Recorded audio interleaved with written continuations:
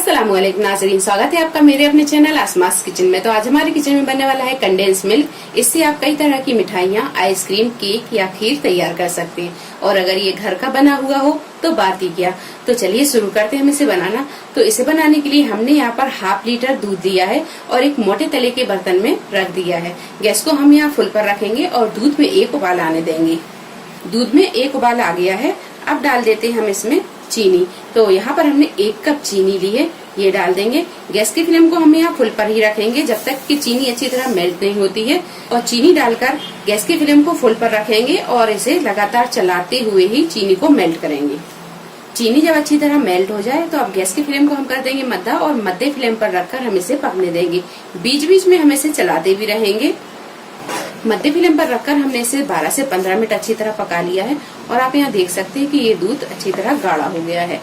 अब हम डालेंगे इसमें बेकिंग सोडा। तो यहाँ पर हमने 1 पिंच बेकिंग सोडा लिया है, ये डाल देंगे और इसे अच्छी तरह हम चला लेंगे।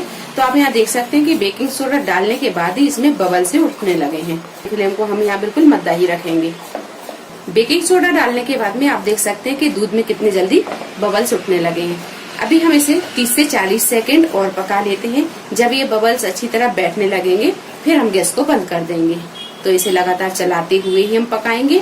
30 से 40 सेकंड के बाद में हम गैस को बंद कर देंगे और आप यहाँ देख सकते हैं कि इसमें ये बबल्स बैठने लगे हैं और दूध भी ये अच्छी तरह गाढ़ा हो गया है। अगर हम इसे ज्यादा पकाएंगे तो ये और गाढ़ा हो जाएगा। तो यहाँ पर हमने गैस को बंद कर दिया है और इसे हम लगातार चलाते हुए थोड़ा ठंडा कर लेंगे। इसको बंद करने के बाद में 1 से 2 मिनट हमने इसी तरह इसे चलाते हुए पकाया है। अब हम इसे कर लेते हैं डिश आउट।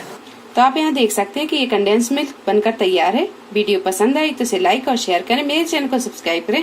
तो अगली एक नई रेसिपी के साथ फिर हाजिर होते हैं। तब तक अपना ख्याल रखें। अल्लाह हाफिज।